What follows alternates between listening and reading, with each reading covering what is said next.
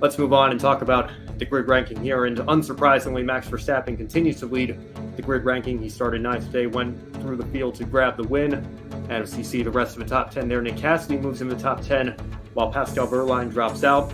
Christopher Bell also dropped out of the top 10 after crashing late in the second stage.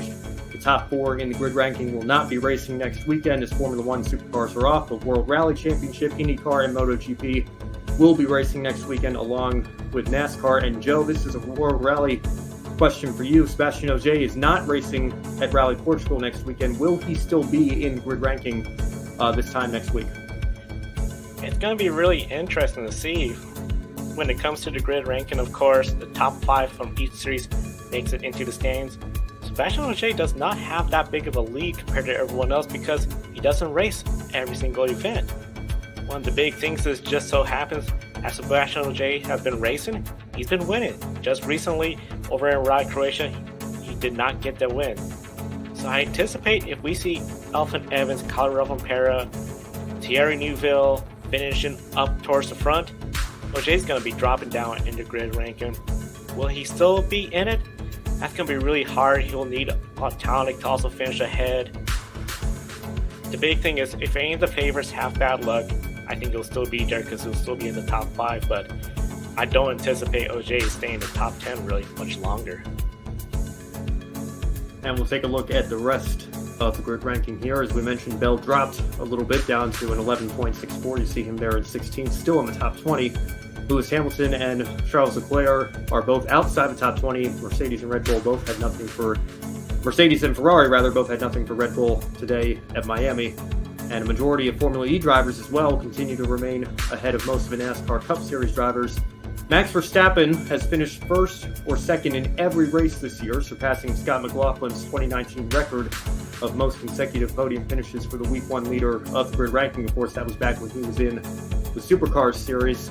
As you take another look there at the top 10 for Week 6. Now, Amanda, I know Joe and I were trying to fact check this before the show. We believe the only track ahead where Max Verstappen's yet to finish on the podium in his F1 career is Las Vegas, which of course will be a brand new race. He did retire from the Bahrain Outer Circuit race in 2020, but of course that was heavily impacted by the pandemic. It's very unlikely that we're going to be racing there again anytime soon.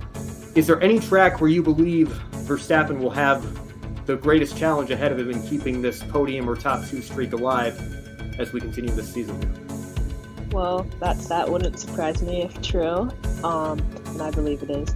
But I think that, like I mentioned before, Monaco is the one place where if other teams are able to set up their cars to just basically tune them so that they can get that one-lap pace, qualify ahead of Verstappen or both Red Bulls, that could be the one race where that's really their only chance of stopping Verstappen that I see ahead.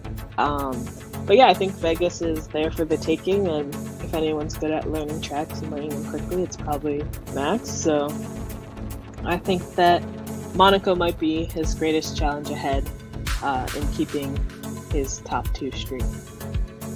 You know, as Steve Madgen would always remind us during the NBC broadcast in the years where Mercedes were so dominant, there's never been a perfect season in Formula One. McLaren came so close back in 1988. Mercedes came close in 2016, I think, with 19 of the 21 races that year. But Red Bull looked very, very strong. I've got a feeling, though, with how long the calendar is, at some point they're going to run into some sort of issue that will open the door for Aston Martin or Mercedes to get up there. But at the moment, I think it's going to be a self-inflicted wound for Max Verstappen. That's the only thing that's going to stop him from, if not winning the race, certainly falling outside of the top